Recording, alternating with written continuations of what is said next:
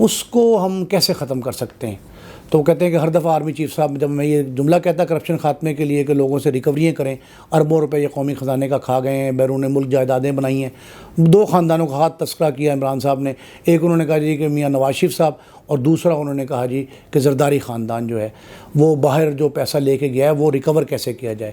تو وہ کہتے ہیں کہ ہر دفعہ جنرل باجوہ صاحب نے مجھے یہ جواب دیا کہ وہ جناب آپ پہلے ایسے کریں، معیشت ٹھیک کریں۔ وہ کہتے ہیں میں نے کہا جی معیشت کیسے ٹھیک کر سکتے ہیں ہم؟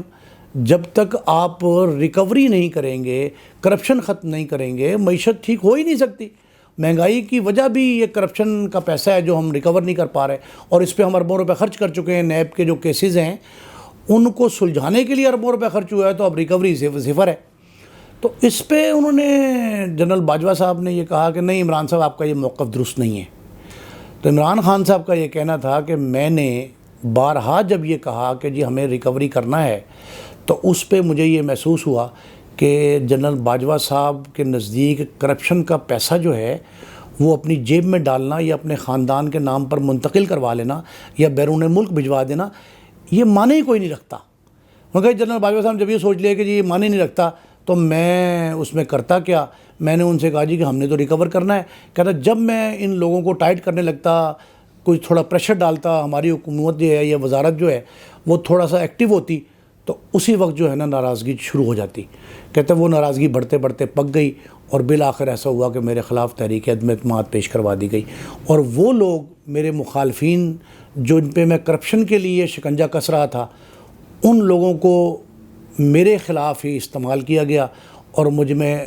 عدم اعتماد کے ذریعے قومی اسمبلی میں قرارداد کے ذریعے میرے ساتھ، میری حکومت کے ساتھ وہ سلوک روا رکھا گیا۔ اس کے سب ذمہ دار جو جنرل قمر جاوید باجوہ ہیں۔ ناظرین، ایک اور بڑی اہم بات جو عمران خان صاحب نے اس موقع پہ کہی اور بڑے زور دے کے کہی، وہ یہ تھی کہ جنرل باجوہ صاحب نے اس ملک اور قوم پہ سب سے بڑا ظلم کیا ہے۔ یہ جملہ ان کا جو ہے میں ابھی تک بھول نہیں پایا۔ وہ یہ کہتے ہیں کہ جی یہ ظلم جو ہے یہ اگر اس وقت نہ کیا جاتا تو نہ صرف یہ کہ پی ٹی آئی اپنا اقتدار کے 5 سال پورے کرتی، بلکہ یہ بھی ہوتا کہ کرپشن کا جو پیسہ ہے وہ شاید ہم ریکور کرنے کے قابل ہو جاتے۔ اس طرح کی باتیں عمران خان صاحب نے بتائیں،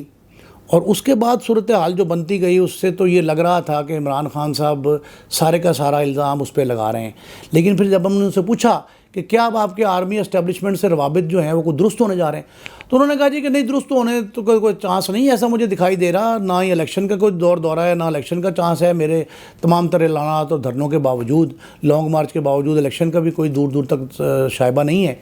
لیکن ایک بات انہوں نے کہی ہے کہ جی ہر نئے آنے والے بندے کو موقع دینا چاہیے۔ تو میں نے نئے آرمی چیف کو موقع دیا ہے کہ وہ اگر اپنے روش ٹھیک رکھیں گے، ہم سے معاملات ٹھیک رکھیں گے، اور ہمیں انصاف فراہم کرنے میں کوئی جو ان کا کردار رول ہو سکتا ہے وہ ادا کریں گے، تو ہم ان کے ساتھ ہیں۔ اور آرمی اسٹیبلشمنٹ سے ویسے کہا جائے کہ ہمارے معاملات طے پہ آ گئے تو ایسی کوئی بات نہیں ہے۔ ایک اور بات ناظرین انہوں نے کہی پنجاب اور خیبر حکومت کی تحلیل کے حوالے سے، وہ بڑی اہم ہے، اور اس موقع پر خاص کر یہ موضوع بہت ہی اہمیت کا حامل ہے۔ وہ کہتے ہیں جی کہ ہم اسمبلیاں تحلیل نہیں کرنا چاہتے، ہم حکومت توڑنا چاہتے ہیں تاکہ وفاق پر یہ پریشر بڑھ جائے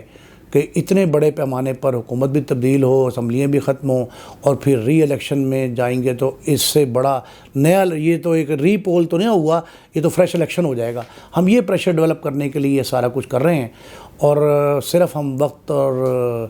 یہ دیکھ رہے ہیں کہ کون سا مناسب وقت ہو جس پہ ہم ایسا کام کریں۔ انہوں نے کہا جی کہ دونوں حکومتیں، دونوں اسمبلیاں میرے ساتھ ہیں،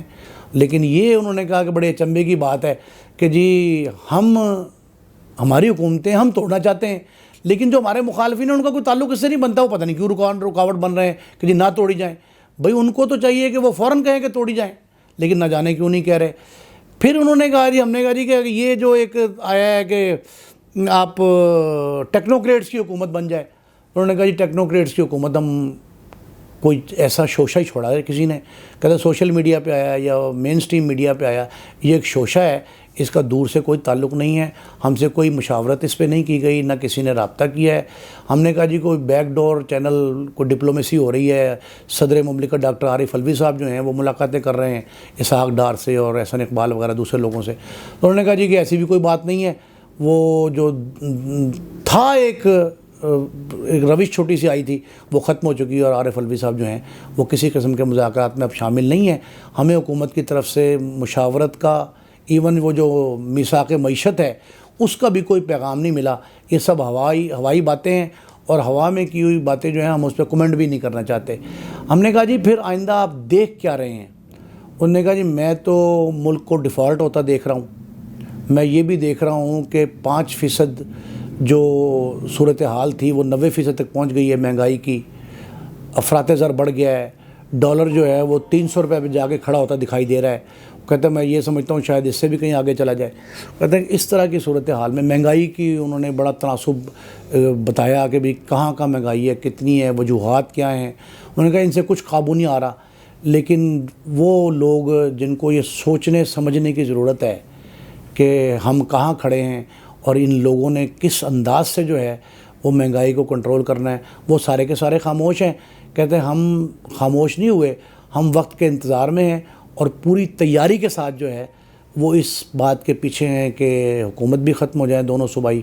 اور یہ بھی کہتے عدالتوں میں کیس جب ختم ہوں گے تو انشاءاللہ آپ دیکھیں گے خیبر اسمبلی بھی ٹوٹے گی، پنجاب اسمبلی بھی ٹوٹے گی، پنجاب کی حکومت بھی ختم ہوگی، خیبر کی حکومت بھی ختم ہوگی۔ اور جہاں تک قومی اسمبلی کے اجلاس جو ہو رہے ہیں ان کا تعلق ہے، یا قومی اسمبلی سے پی ٹی آئی ارکان کے استعفوں کا تعلق ہے، تو ہم وہ 2 روز بعد ہمیں بلایا ہوا ہے اسپیکر صاحب نے، ہم اسپیکر کے پاس جائیں گے اور اپنے کوشش یہ کریں گے کہ ہمارے تمام کے تمام استعفے منظور کر لیے جائیں۔ اس وقت تک تازہ ترین صورتحال یہی ہے۔ عمران خان صاحب نے جو سیاسی نقشہ کھینچا ہے وہ مناظر جو ہیں وہ اتنے ہی ہیں جس سے لگتا یہ ہے کہ ابھی فی الحال دونوں اسمبلیوں کی تحلیل بھی تھم گئی ہے، حکومت بھی نہیں ٹوٹ رہی، اور کچھ لوگ یہ بھی کہہ رہے ہیں کہ شاید وزیر اعلیٰ پنجاب چودھری پرویز الہی جو ہیں وہ نہ حکومت ختم کرنے کے حق میں ہیں، نہ اسمبلیاں تحلیل کرنا چاہتے ہیں۔ چودھری شجاعت صاحب اور آصف زرداری کی جو ملاقاتیں تھیں پچھلے ہفتے میں، ان کا بھی اثر جو ہے وہ ابھی تک چل رہا ہے، اور وہ اثرات ختم نہیں ہوتے، تو یہ کہنا قبل از وقت ہوگا کہ آئندہ آنے والے سیاسی کھیل جو ہے اس کا انجام کیا ہونے والا ہے۔ لیکن ناظرین اتنی بات ضرور ہے کہ یہ سارے کا سارا کھیل جو ہے اس کا مرکز لاہور ہے۔ اسلام آباد سے بھی سارے معاملات لاہور منتقل ہو گئے، اور جو لاہور میں جو کچھ ہو رہا ہے اس پہ سب کی نظریں ہیں۔ کراچی سے خیبر تک جو ہے ہر شخص لاہور پہ نظریں مرکوز کیے ہوئے، دیکھیں اس کا نتائج کیا نکلتے ہیں، اور یہ جو سیاسی اونٹ ہے یہ کس کروٹ بیٹھتا ہے۔ اپنے میزبان نعیم مصطفیٰ کو اجازت دیجیے، اللہ نگہبان۔ کیونکہ خبروں کو اب چلنے دو۔